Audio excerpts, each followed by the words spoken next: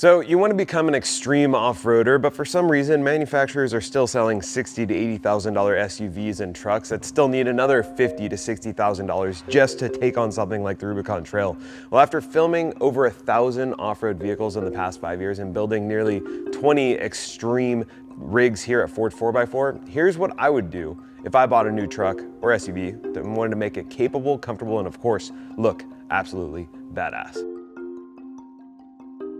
Now, the first thing I would start with if my budget was a little tight is bigger tires. You don't necessarily need new wheels. The stock wheels in most configurements on a 4x4 vehicle are totally fine.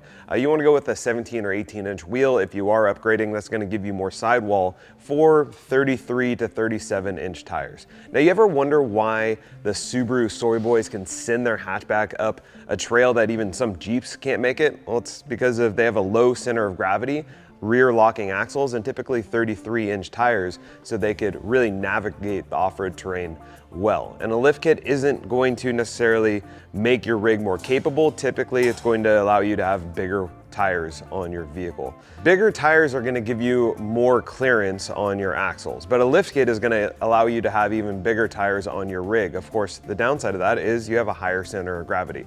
If you only have a lift kit and same wheels and tires, your axles are in the exact same position. As you can imagine, a lift kit lifts the body up, where tires actually lift your entire axles up. Typically, your axles are the lowest point on your rig, which means that's what's gonna get hung up and prevent you from going on some gnarly trails, unless you're an expert driver, which I am not, but I try really hard. On most platforms, you're gonna be limited to 35 to 37-inch tires, like the 4Runner, the Lexus GX550, Sequoia, Chevy Colorado, of course, without having to trim a ton out of the wheel well. Once you trim, you can't really put it back, so that's something to consider. Bigger tires bring your clearance up, but also your center of gravity, which is definitely something to think about. And another option that's becoming extremely popular, although it's extremely expensive, is portal axles. And what that does, it allows you to have a different gear ratio without swapping out your axles, and increases your clearance without having a higher center of gravity. It's a really cool solution, but it's $20,000 to $30,000 installed, which not everyone can afford. So we're gonna just leave that. Talk about it another time. Now that you have bigger tires and a lift on your vehicle, you need to have lockers. I can't stress this enough. Rear and front lockers, rear, if you can't afford both, is going to allow both wheels to turn at the same time. It's going to get you out of sticky situations. Most of the time, if you air down your tires, if you're stuck in sand and whatnot, you're going to be able to get out. However, if you don't have a rear locker, one tire, if it's not getting grip, will turn while this one is locked. So that allows you to have more surface area and more crawling ability in really sticky situations. So definitely upgrade to lockers if you can. Now that you have bigger tires, a lift, and lockers, time to upgrade your suspension. Typically, whenever we're upgrading our rigs, we're gonna go with 2.5 coilover suspension. Great brands like King, Icon, and Fox are all going to treat you really well. Of course, there's some other brands out there that don't have the same name recognition that still create some really awesome stainless steel shocks, like Dirt Logic and Peak Suspension. There's a ton out there that, of course, I'm probably missing some. Fit whatever works within your budget, and of course, make sure they have a nice warranty on it, because the last thing you want to do is have to replace a shock after spending $5,000 to $7,000 on a suspension package. The biggest thing that we've noticed whenever we upgrade our suspension, of course, the off-road drivability is fantastic. It's going to feel much smoother, and you're going to feel like you're more in control. The more dampening that you have and the better articulation, you're never going to lose a touch point, which means you're going to be able to drive safer in off-road situations. And one of the biggest things that I've noticed, especially when we upgrade the shocks, is drivability on a day-to-day around on street and highway feels much more comfortable and safer. Taking corners and having some fun even in non-off-road situations is important. Of course, the biggest reason why someone upgrades their shocks to something like a long travel kit or a 2.5 coilover suspension setup is you want to go fast off-road, which is definitely something that we've done, and we couldn't do it without upgrading the suspension. Now, most stock suspension is going to fit for the vast majority of people, especially if you have an off-road package. However, I would try it out first. Go on some trails. If you have bigger wheels, tires, and a lift, you're going to be able to do a lot of things. It may not be as comfortable, but there's no reason to spend another $5,000 to $10,000 on shocks and install and everything if you are able to do the things that you want to do off-road. The biggest thing I think about and I give people advice on is figure out what your lifestyle is, where do you want to go and what do you want to do, and then upgrade your rig accordingly. Don't do it all at once, do it bit by bit and figure out, okay, I really like this, I don't like this, I need to upgrade that. Of course, it's a slippery slope. A lot of times you go in for wheels and tires and you come out with a $10,000 lift, suspension setup, roof rack, and everything in between, but just be cognizant of what you're actually going to use it for. Let's talk about lights now. No, get those lights off! Lights obviously are only needed if you're off-roading at nighttime, but in my opinion, it's one of the funnest things to do. Typically, there's not very many people out, and you can never have too much light when it comes to off-roading. That might be wrong. Most of the time, you're gonna be able to get away with just a couple LP4 lights, some really big pod lights on the side. That's gonna handle the variety of different situations. I would always recommend a light bar a little bit lower, maybe amber, to cut through fog and snow. And really, this is gonna depend on your budget. You could get away with some budget lights, just a couple small pod lights on the side. It's gonna help out a lot, especially over the stock lights. Whenever you are off-roading at night, there's no stoplights, and if it's not a full moon, you're not gonna be able to see very much. So obviously think about your driving situations, how fast you're gonna go, and that's gonna dictate what kind of lights to get. Every company that sells lights sells them in a variety of different beam patterns. Your spot is going to be more straightforward, and that's for high speed. Obviously, you want to see as far down as you can, and a drive mode or wide mode is going to allow you to see everything on your peripheral, which is important if you're in forest situations or something that you may have wildlife coming across. If you're in the desert, spot is going to be good because you could go real fast and see very far in advance. So what kind of lights to get really depend on what you're doing, and what we typically do is we get a variety of different lights from spot to drive so that we cover all our bases, and something like an S-Pod could allow you to control each individual light, so depending on the driving situation, you could adjust it for your needs. From a vanity standpoint, lights look cooler.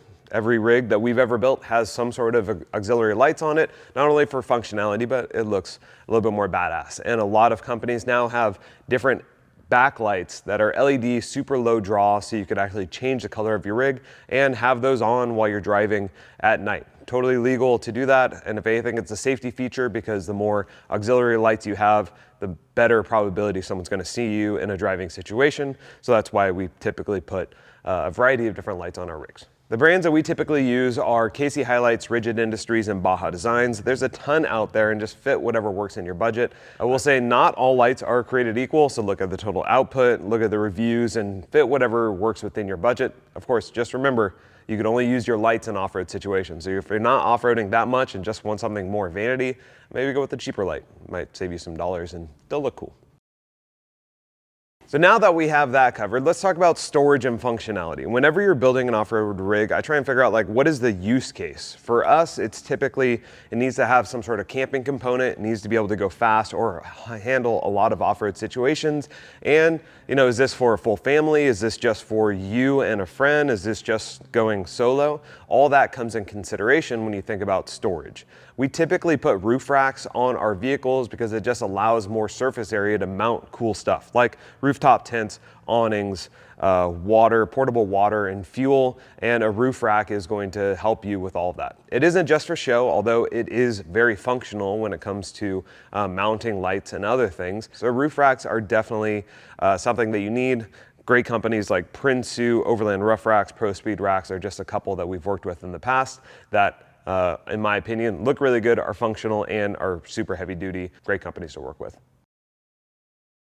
The Jeep Rubicon comes with Dana 44s, which are fantastic axles. However, if you're putting 40-inch tires on it, that is almost 500 pounds of tires on your axle on a Dana 44, which are really built for 35 to 37s. Your gear ratio also comes into play, which we'll save for another video, but the bottom line is your axles and the differential are tuned for a 33 to 35-inch tire. When you go bigger than that, you need to change the gear ratio in order to add more mechanical advantage to turn those big tires.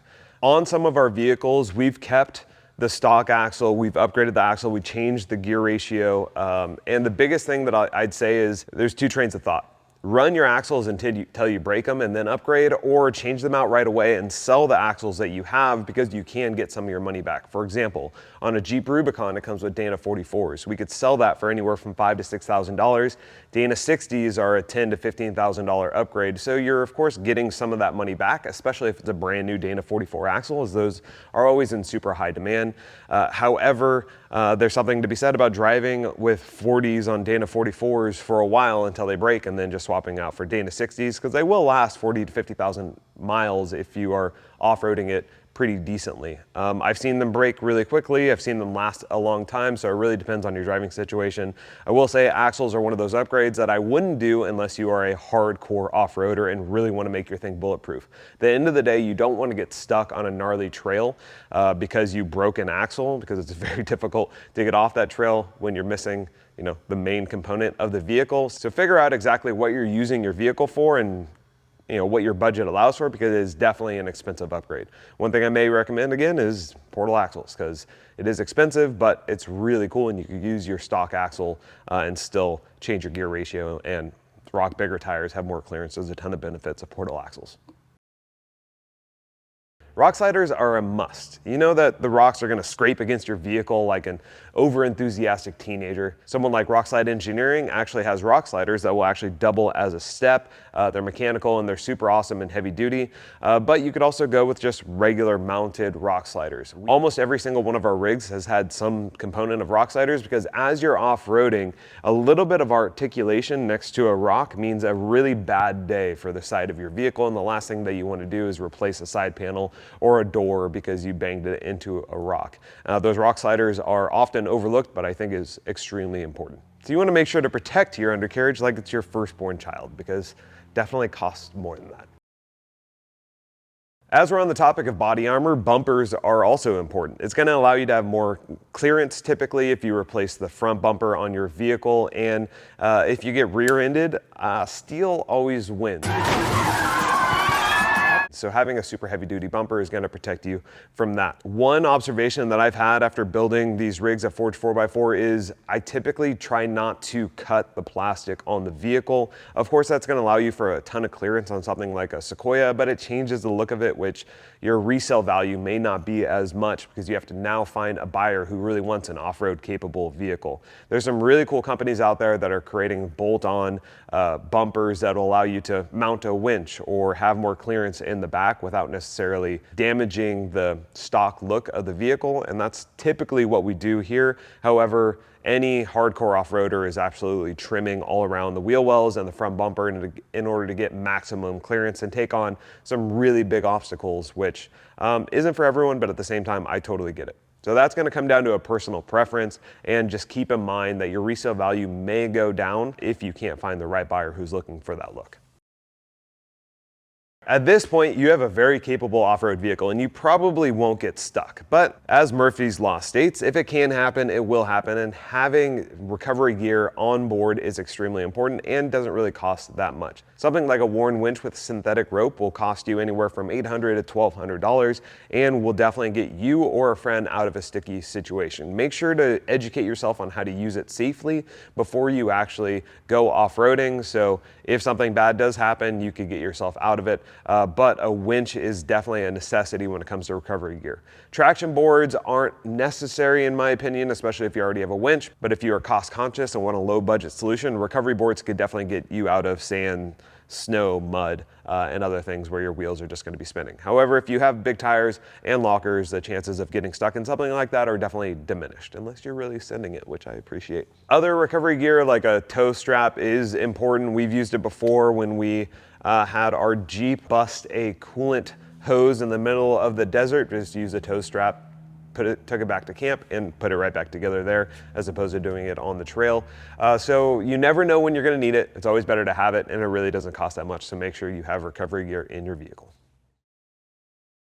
There's some heated debate about having a bottle jack versus a high lift jack in your vehicle. I will say high lift jacks, if you don't know what you're doing, can be dangerous. There's just a lot of leverage happening on a very tall jack. So if you don't know what you're doing, I'd almost say a bottle jack is probably the better way to go because it's small, it's compact, it could pump up. And at the end of the day, you're only really using a jack to either fix a suspension or maybe replace a wheel and tire. So a high lift jack, I don't know if I would recommend them as much, especially if you're a novice off-roader, as opposed to a bottle jack, which is pretty foolproof as long as you're on stable ground and you do some training and know what you're doing. So definitely have a jack in your vehicle. The stock jack just isn't going to be able to get your 37-inch tires off the ground as much as something that's really dedicated to off-roading.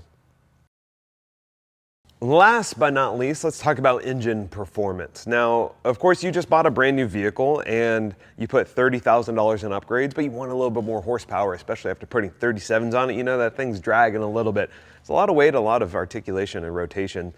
So let's upgrade the engine. Now, keep in mind, if you do tinker with the engine, chances are you're gonna void your warranty, but who needs a warranty anyway? You're gonna bust this thing up on the rocks and drive it forever.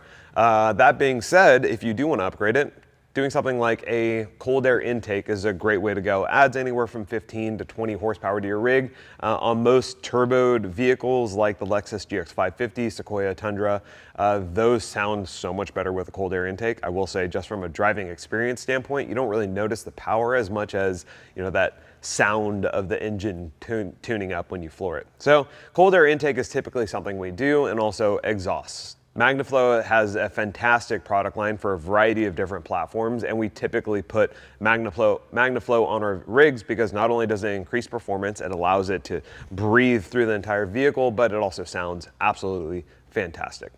I can't really recommend turbo upgrades, supercharging your vehicle or anything like that, as we haven't done it a ton here. However, if you have a 10-year-old vehicle that you really want to just try and push this thing to the limit, could be a really fun solution. Just keep in mind that especially a vehicle that has 100,000 miles on it, the chances of you blowing a head gasket after you supercharge it are greater than zero. So if you don't mind absolutely sending it and really want a vehicle that's going to rip on and off the road, adding a supercharger, adding turbos is a solution. It's going to cost you a pretty penny, but it's pretty rad in my opinion.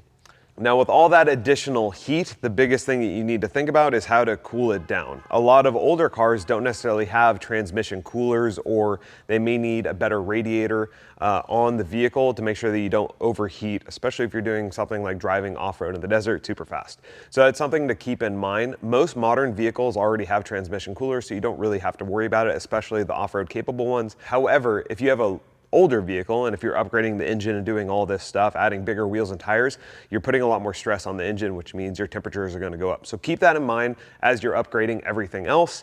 You may need to upgrade the cooling mechanisms as well. All right, we've come to the end of the list. After building nearly 20 of these rigs, I can say that every time we make a modification or do something, it's never 100% perfect. There's always something else that we can do. We're always limited by time and resources, which I think is a pretty common theme. But let me know in the comments below other modifications that we may have missed. And of course, if you want to win one of our vehicles, just go to forge4x4.com to check out what we're giving away next. Every 3 months, we have an off-road overland rig that I guarantee you are going to want to win. So check it out at Forge4x4. Thanks for watching, and send me pictures of your off-road rig. Support at forge4x4.com because I want to see it.